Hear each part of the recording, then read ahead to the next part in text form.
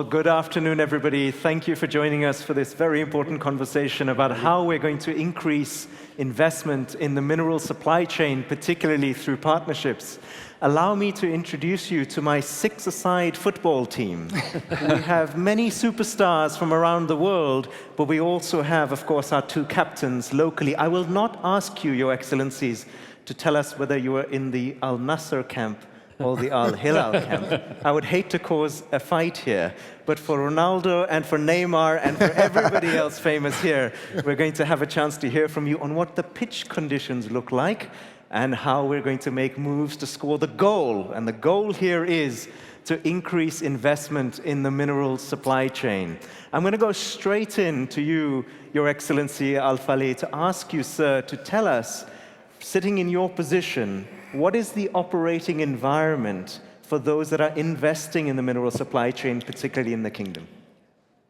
Well, thank you very much for moderating, and thanks to Minister Al-Khrayef, Khalid Mudafer, and the colleagues from the Ministry of Industry and Mineral Resources for organizing this great event. I will use your metaphor for a second and tell you that I am like the coach of the team, and I want all of our supporters to know that we're going to win.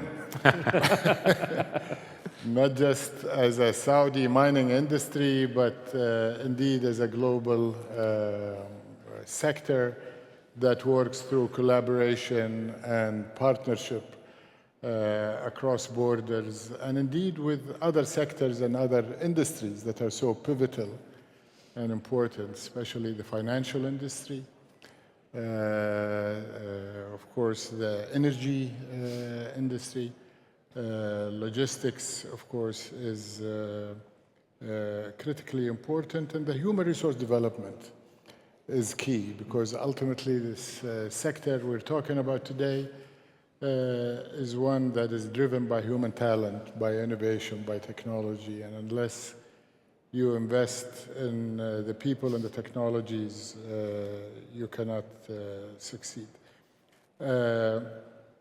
Despite the confidence I just mentioned, we know that from its inception, mining has always been a sector about overcoming extreme challenges, unlocking these minerals from the earth, the crust, and below the crust is one not for the faint of heart, as we would say, and requires that we must bring in all of what humanity can bring in from capital, technology, human, but also the importance of regulations. I think on the positive side, fueling my confidence, the demand is going through the roof, literally. In the meantime, supply is getting constrained because of depletion of some of the easiest to access resources. And then you have the fact that many areas are being blocked from access because of ecological and environmental resources. And when you do get access to these fragile areas for mining, you have to do it with care, excessive care, excess care, and that is going to require a lot of investment that speedy, efficient mining may not allow. Geopolitical tensions has been spoken about for years now, from pre-COVID, accelerated since COVID, and of course this year is going to be, I think, a climax of this tension of who controls what supply chains globally, and we know who the key players are. And I think a third factor that we need to talk about is the advent by large and small, developed and developing countries for industrial policy on steroids, as I would say, where everybody wants to do most of the processing within their home turf. So the holders of the mineral resources that we talk to are pushing us to do more of the processing of the mineral ores in country, and rightly so. Many times that is the right thing from an environmental and from an efficiency standpoint. But many times also these holders of the resources don't have the basic requirements to do the capital intensive and energy intensive and technology intensive and logistically required imperatives to be able to do it.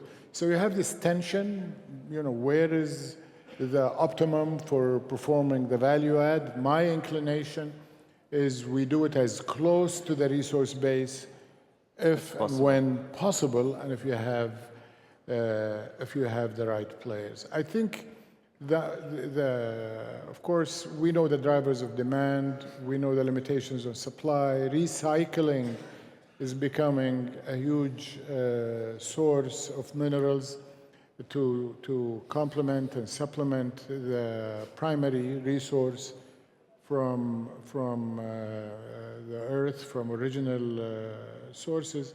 And technology, I think one cannot underestimate what technology will do. We will be able to unlock things we don't know. There are the knowns, unknowns, and unknown unknowns, and I think technology, especially with the advent of AI, satellite sensing, airborne exploration, and many others. So the convergence of all of these factors make this an exciting period to be in mining. We have no choice but to meet the demand that we talked about. But being able to navigate and partner and deploy the right sources of capital and capability from across the world is going to be key to meet this imperative on the industry. An exciting time indeed. Now, Your Excellency Saad, as a very good coach, His Excellency would say all players are equally important. But if he was going to pay extra for one player, it might be somebody like you, because you occupy a very special place in the ecosystem to promote mining investment. Can you tell us what that place is and how your organization is overcoming the challenges for investments in mining? Yeah, thank you. I think His Excellency Al-Falih elaborate on the risk associated with this industry. I think from the morning sessions that we have seen multiple examples of how complex is this industry, how time-consuming, longer cycles, and with its and geographical distribution of this industry, which have an associated risk with it. So, Export Credit Agency, as I'm running Saudi Exim Bank, which is one of the export credit agency, mostly owned by governments on a global level, and some of them are partly government and private sectors.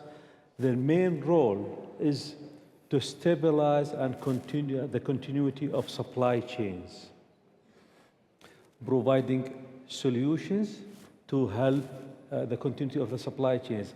It's more needed in mining industries and minerals, where supply chains are really fragmented around the world, where production in one side, processing in the other side, and market in a third side, and maybe fourth or fifth sides, there is associated risk, high risk, with production quality, quantity, pricing by the time it's produced, because it takes years to produce, so pricing at the end, and sometimes geopolitical tensions. So ECAs, Export Credit Agency, help to mitigate this risk by either providing financing or some guarantees and insurance, as maybe during His Excellency Jad'an session this morning mentioned how we help. To give this in a perspective, maybe I'll give you a small example. During the last couple of years, there was a shortage of or disturbance of fertilizer, phosphate-based fertilizer to African countries. Saudi Exim worked with commercial bank to provide $150 million revolving credit facility, until now is working, to mitigate and provide fertilizer to 25 African countries. This is just a small example, or an example how ECA help in stabilize supply chains while addressing global challenges. Wonderful. Thank you so much, Your Excellency. Dominic, you described yourself as a frightened optimist. So I'm really looking forward to hearing from you how you see the world and why you're optimistic about it. Well, I think as been said, we're in an unbelievably complex, fast-changing time. There's so many forces, the technology, the demands, the geopolitics, all of the shifts all happening at one time. But the way I look at it is it's like if you think of a probability curve and what's normal used to be the bulk under that curve, it's flattened. And when it flattens, that means there's a lot of downside, but there's actually a lot of upside. And so as an organization, I think you have to be prepared for both. Don't be pessimistic, don't be overly optimistic. And as His Excellency was saying about the industry that we're in, I'm very optimistic because there is a huge supply-demand imbalance. We do not have enough of the critical materials to be able to do the energy transition, which is we need to do it. And so I think being able to, having that in mind, with all of the volatility, keeping that in mind, there's opportunity to be able to do it, and doing it in partnership. I think one of the ways you manage the downside is by working in partnership with governments, with your suppliers, with your competitors, and with the sort of maybe the traditional owners in which you're operating. So I think partnership is going to be a big part of it. But I'm optimistic, even though I may be frightened. And later, Dominic, I'm going to ask you to tell us a story of where that partnership has really worked wonderfully. Hans-Paul, few people have seen sectors in this region and globally as you have. You really do have a sense of sectors across different industries. Tell us how you see the mining industry positioned today. Well, obviously, I share the optimism that was expressed. I think one of the key elements is not just because of geopolitics, but also because of other risks. I think we will see a much more regionalization of the supply chains and a clear need for that in order to de-risk. That will be very important. And that also means that we need to create ecosystems, so maybe Middle East plus Africa could be an ecosystem, not just in the extraction, but also in the processing side. And the idea that everybody processes all the minerals themselves, I think is a big mistake, quite honestly. I mean, we cannot get too close because we need energy, we need water, we need chemicals, we need the infrastructure, we need logistics. And there, I think the kingdom can play a very important role, working together with other countries in the Middle East and also in Africa. I think it will be really impossible for each of these African countries, to develop the processing capabilities themselves. And I think by creating a hub in the kingdom for processing, I think that could be also a major way of de-risking for the rest of the world, because obviously the kingdom can play, work with everybody around the world. And not fall into the trap of being on the one side or the other side. But I think it really requires partnerships between countries, so that they do really agree on who is covering what part of the value chain. It also requires, of course, partnerships between different companies. The mining companies actually are not so keen on the processing side, so we need to find partners on the processing side. And I think the key element, of course, is then also to engage with the society at large in order to get acceptance. I think we will. Everybody talks about scarcity of minerals, but I find it difficult to believe that in Europe, for example, we will develop the lithium deposits that we are having, because there's so much, let's say, aversion towards mining in general, and then of course the processing in particular. That's why I think it's very important to make sure that within the different countries we find a way of engaging the society in order to ensure that we have supply chains that really work ultimately. But I think the key really is for the kingdom to play a very important role in engaging with the other countries, especially in Africa and the Middle East, and then to be a provider the processed minerals for the rest of the world. Now, Dominic, you've, of course, had political leadership at the highest level, but now you're with a group, Appian, that is playing a critical role in providing finance to the mining industry. How do you see things, either leaning on your experience in government or where you are now?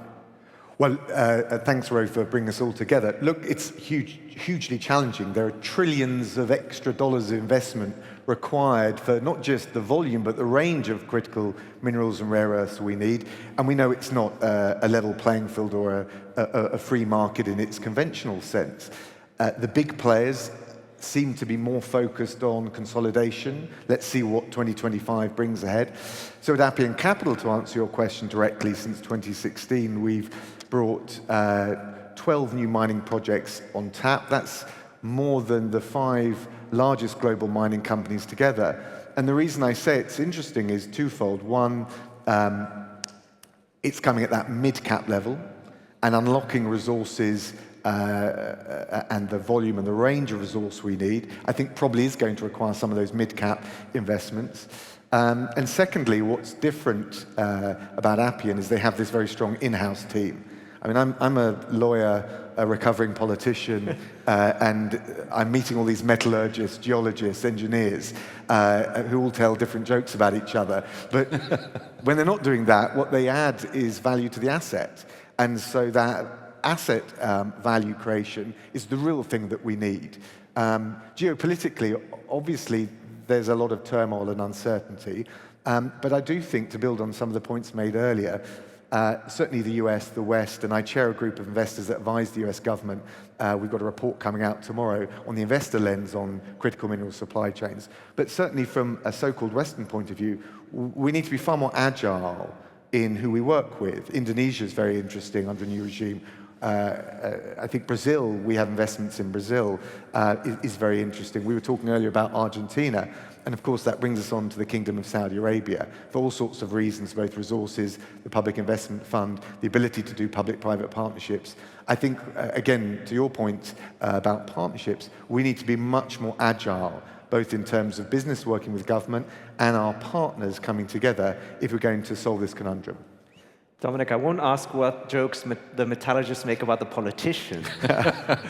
They've hidden that from me so far. They have, good, okay. So Catherine, I haven't the faintest clue why Dominic would say that the big majors are interested in consolidating. I have no idea what he might be referring to. Maybe you do, or you might just want to ignore that entirely and tell us what the world looks like from the perspective of the world's largest mining company. Yeah, well, I think if I do take it from that perspective, so as Chief Development Officer of BHP, I think there are 3 things that stand out to me looking forward.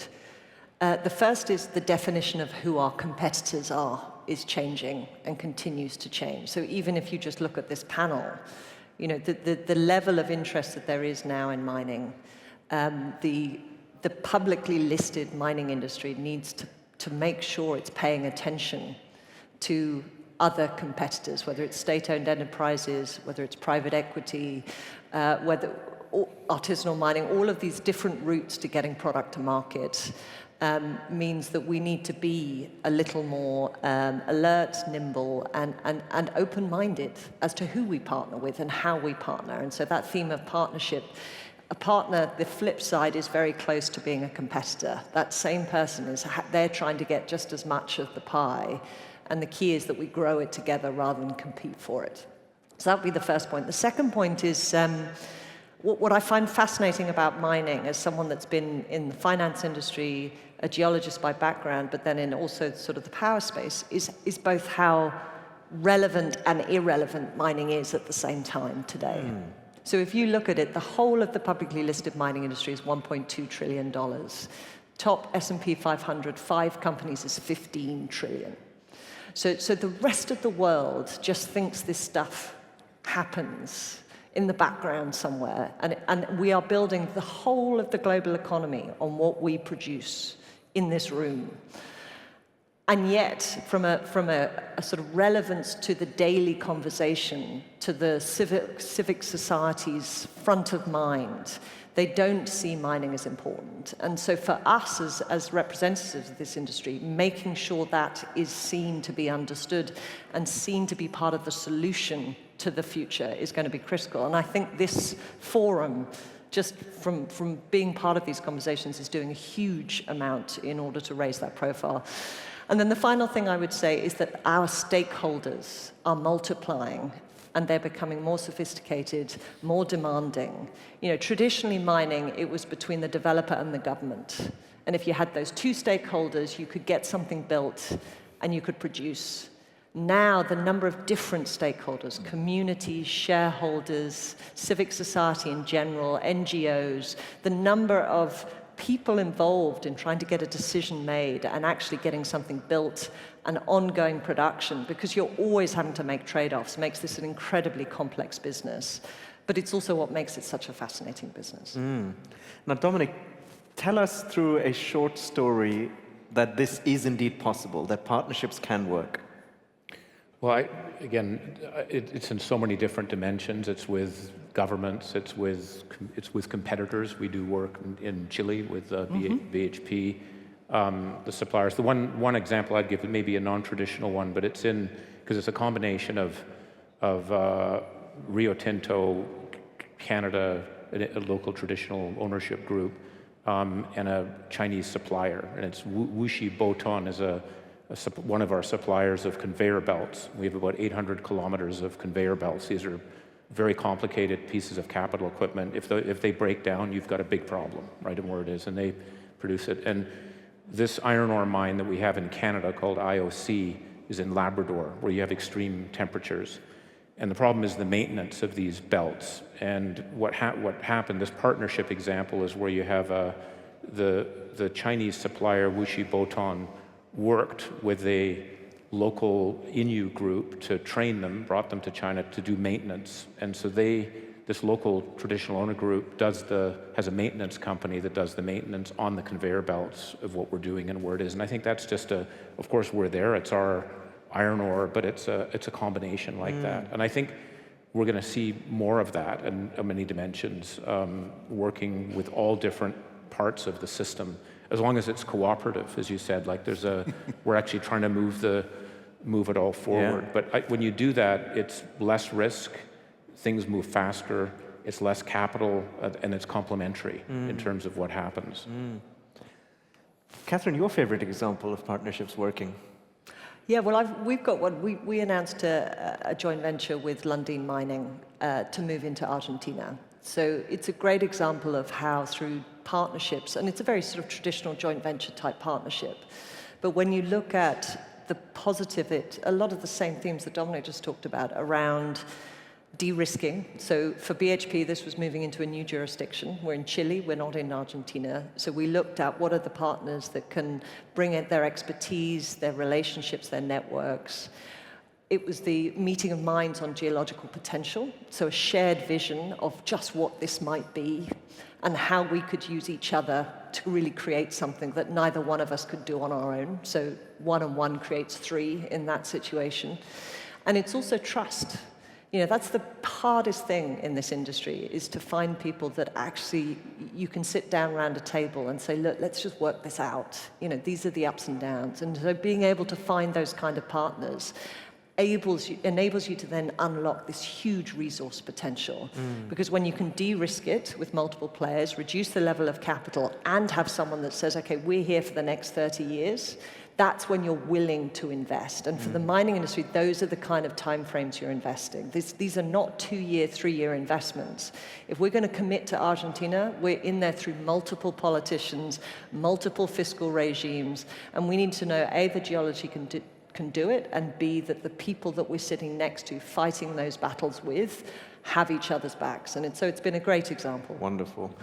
Your Excellency, Minister Al-Falih, so to the companies on this panel, but anybody listening, when they would ask you, Your Excellency, we would like to partner with the Kingdom of Saudi Arabia to grow mineral supply chains, what is your typical answer back to them? Well, let me first just comment on what Catherine said about the relevance of the industry. I think what she's referring to is a Western phenomenon.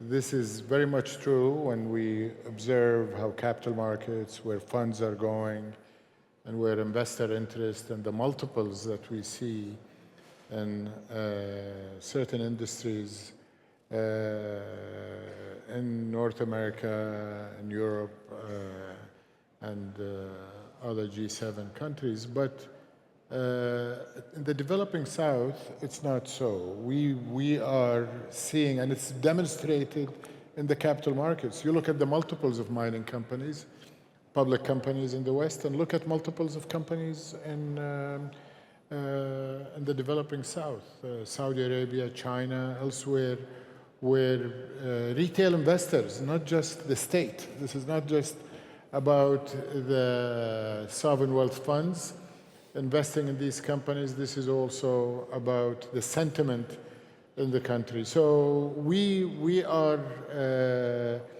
betting on the presence and the future of this industry, and we're investing, whether it's institutional or individuals, and that's why you see companies like Ma'aden and others in Saudi Arabia doing so well, able to access capital.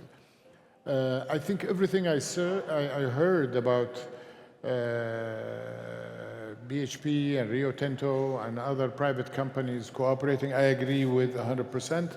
I happen to have had a background in the oil industry, and I can tell you we would not be producing 100 million barrels plus a day despite significant decline and depletion, which means trillions of dollars over time has to be invested in oil and gas if it wasn't for the right partnership approach, which we have developed over many, many decades between companies. Many large fields are developed by consortia. Saudi Arabia, with all of its resources, there was one company that had the concession, and once they saw the resource, they brought others, and ultimately the government joined, not just as a regulator and a resource owner, but as an investor.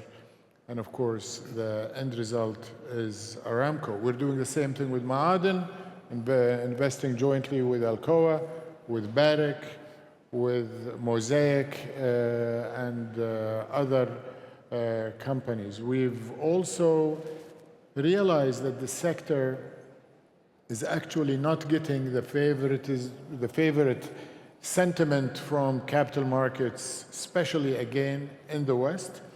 And we see many mining special purpose funds that have actually, unfortunately and wrongfully, declined by an order of magnitude, both in the UK and Canada and elsewhere.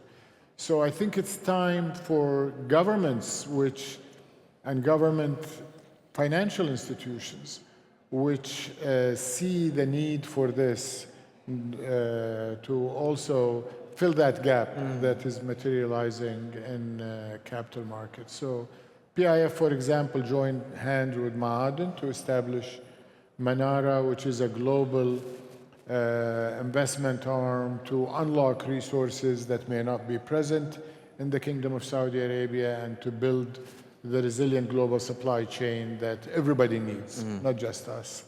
And we're putting that patient capital. So they've invested with Vale. We're investing with partners that have found the kingdom to be, going back to Catherine's words, a trustworthy partner. We're investing with them and in advanced discussions to unlock virgin copper mines in places like Pakistan, which will fill the gap that everybody has been talking about. But as my colleagues who spoke before me said, I think the biggest partnership approach that governments need to do, and I hope we're demonstrating it, and if we're not, please let us know so we can fix it, is to demonstrate to investors that we're not here to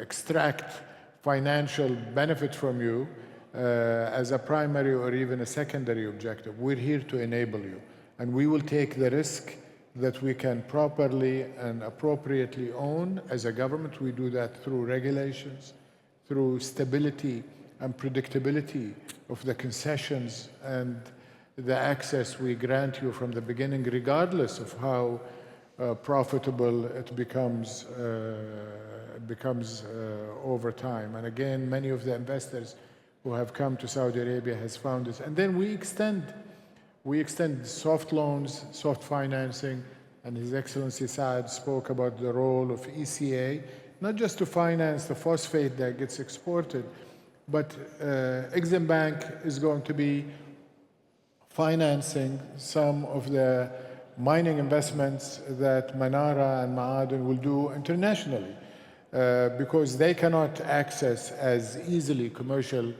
funding, and that's where governments need to step in and provide patient capital and low-cost capital, because unfortunately, my call for action as this global dialogue is raging about what is the right mix between sustainability and green finance and the sectors that need, is to remind everybody that the energy transition, that managing climate change ultimately is going to be underpinned by a few things. Energy sector is the one that gets talked about the most, but mining is right there in the front line. If this sector doesn't succeed in providing the mineral resources, critical metals especially, for the energy transition will not happen. And it has to be at an affordable cost.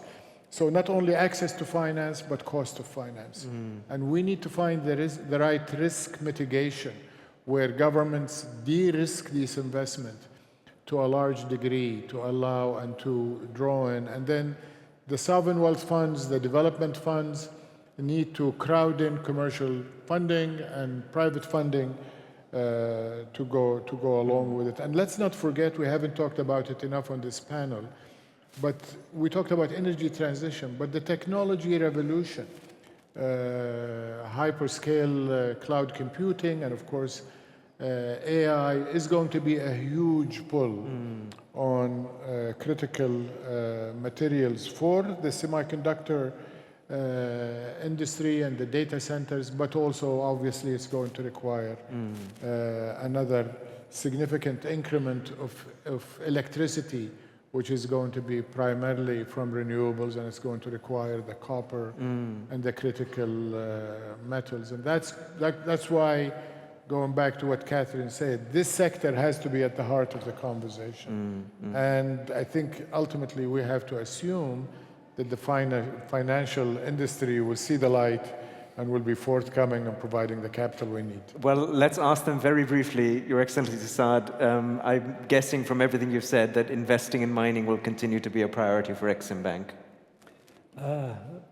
It's very important. Maybe I'll continue on the partnership. It's very important. You know, ECAs on a global level, they complement each other. They don't compete. That's good because we are not commercial. So we work under the Berne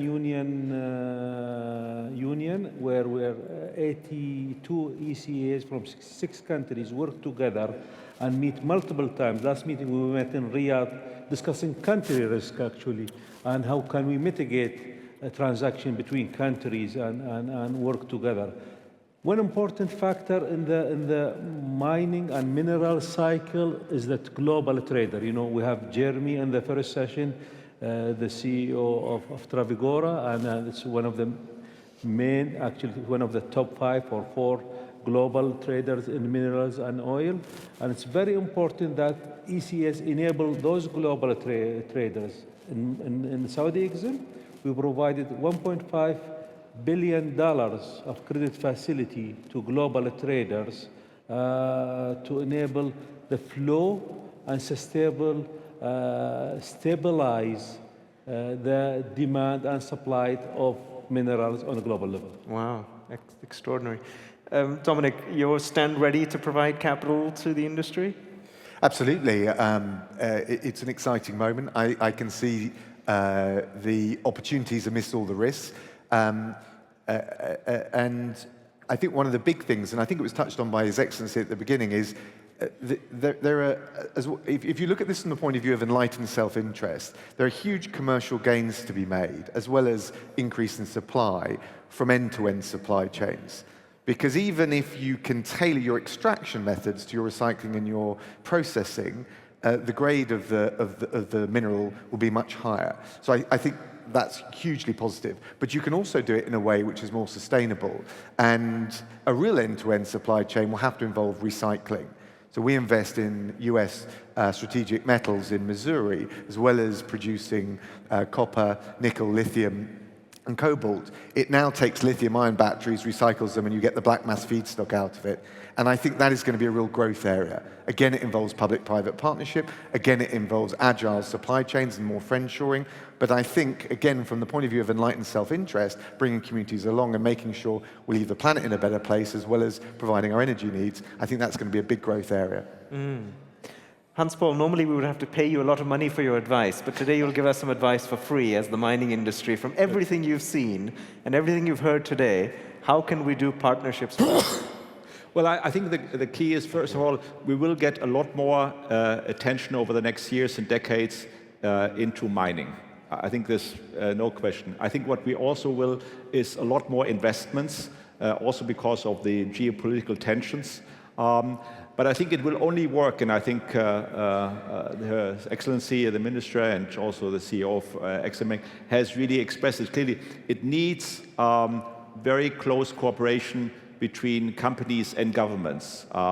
And also, of course, and Catherine has alluded to this, with the local communities to make it acceptable.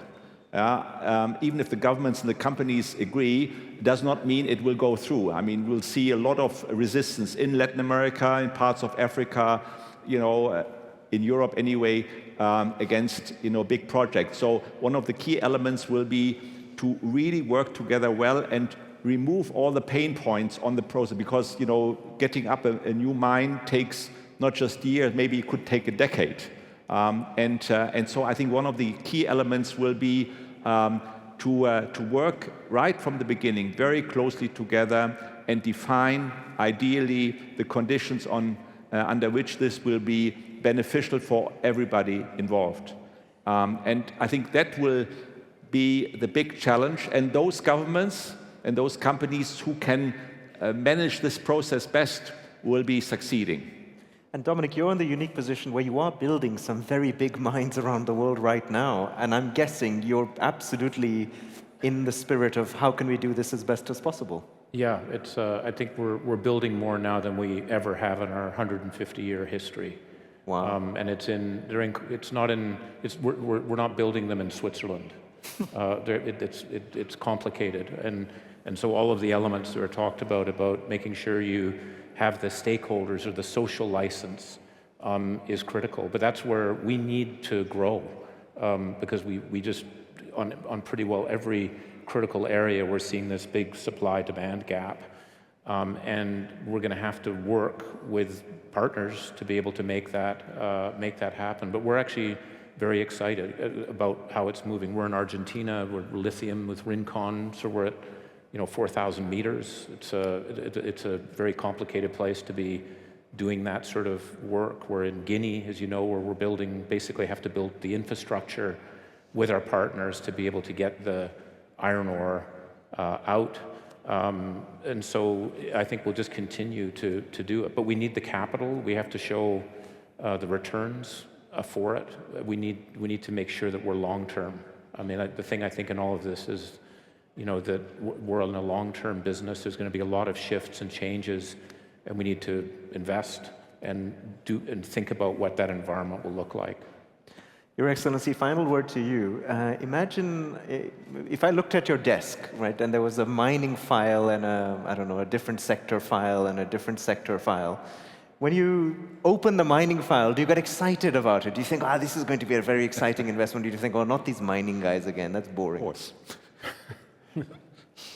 Well, I think one thing I want to comment on that has been said by the executives is that for success, long-term success, and meeting the expectations of long-term investors, not people who are betting and day traders, is you need to have a portfolio of investments that is diverse in terms of different industries and different resources that you are addressing, but equally important is diverse in terms of vintages and timelines. So as you harvest your mines that are at their peak, you need to be investing in the next one and the next one so that you can have 15, 20, 30-year predictability of revenue, and at the same time you can cushion against some of the cycles that may hit one commodity more than another. And for us in Saudi Arabia, I think the key under Vision 2030 has been diversification. So there is no one sector that is more exciting than the other. Oil and gas continues to be the bedrock for many, many decades to come of the Saudi economy, but we're building on the bedrock, a skyscraper of different sectors, and some of them, most of them are reinforcing of each other. So mining to us is important as a sector, but it's even more important as one that is going to feed into industrialization. There is also creating a lot of demand for logistics and transport, which is a sector on its own. It's providing a lot of demand on technology, and we need technology processing. The sector is moving into autonomous mining, and there is AI processing of data and sensing technology. So it's a huge pull. And as I mentioned on RDI and innovation, it's a great sector to open up for young entrepreneurs, scientists, and technologists.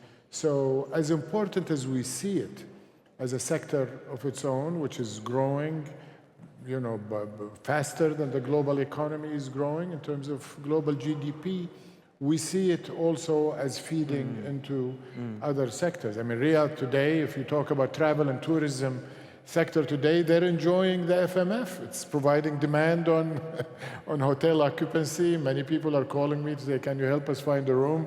Because the FMF has brought in thousands of people from outside the Kingdom of Saudi Arabia. So that's just a small level of spillover of this sector into other sectors.